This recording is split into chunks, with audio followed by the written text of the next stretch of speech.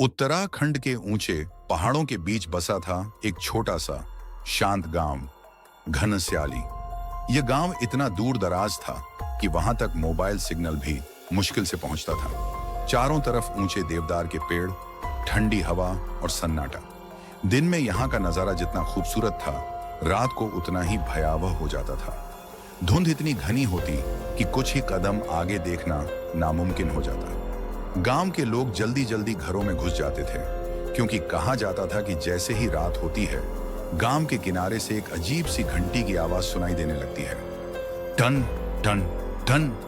गांव के बाहर एक झरझर सी झोपड़ी थी, जिसमें लक्ष्मीदाई नाम की बूढ़ी औरत रहती थी।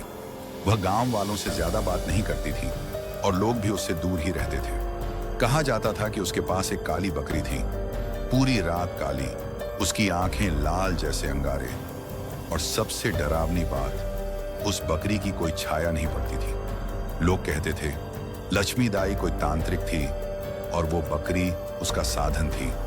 कुछ तो यह भी कहते कि बकरी इंसान की आत्मा में बसी कोई शैतानी शक्ति थी। एक दिन गांव के दो लड़के, हरीश और मोहन, दोनों ने शर्त लगा ली। दोनों जवान और निडर थे। उन्होंने सुना था कि जो उस बकरी को पकड़ ले, उसे असीम धन और ताकत मिलती है।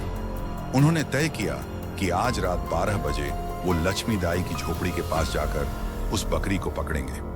गांव के बुजुर्गों ने बहुत रोका, पर उन्होंने कहा, अरे डरपोक हैं सब, कौन सी बकरी किसी को खा जाएगी। रात आई।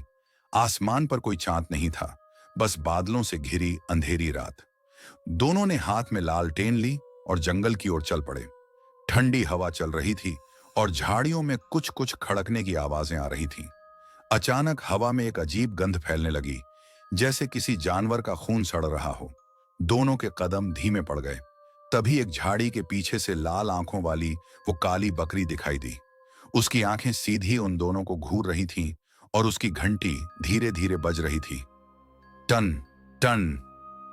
मोहन ने हिम्मत दिखाई और बोला, चल पकड़ते हैं इसे।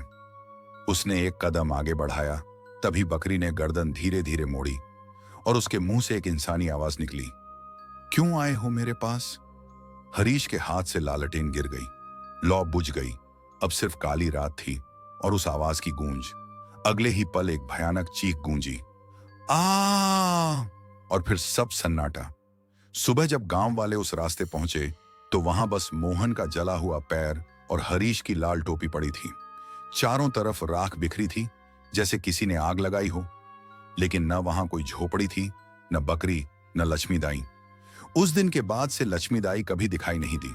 मगर आज भी गांव वाले कहते हैं, नई चांद की रातों में जब धुंध छा जाती है और हवा पेड़ों के बीच सीटी बजाती है, तो जंगल से एक धीमी सी घंटी की आवाज आती है, टन टन टन। अगर कोई उस आवाज का पीछा करे, तो अचानक उसके पीछे एक काली परछाई दिखाई देती है, जिसकी कोई छाया नहीं होती।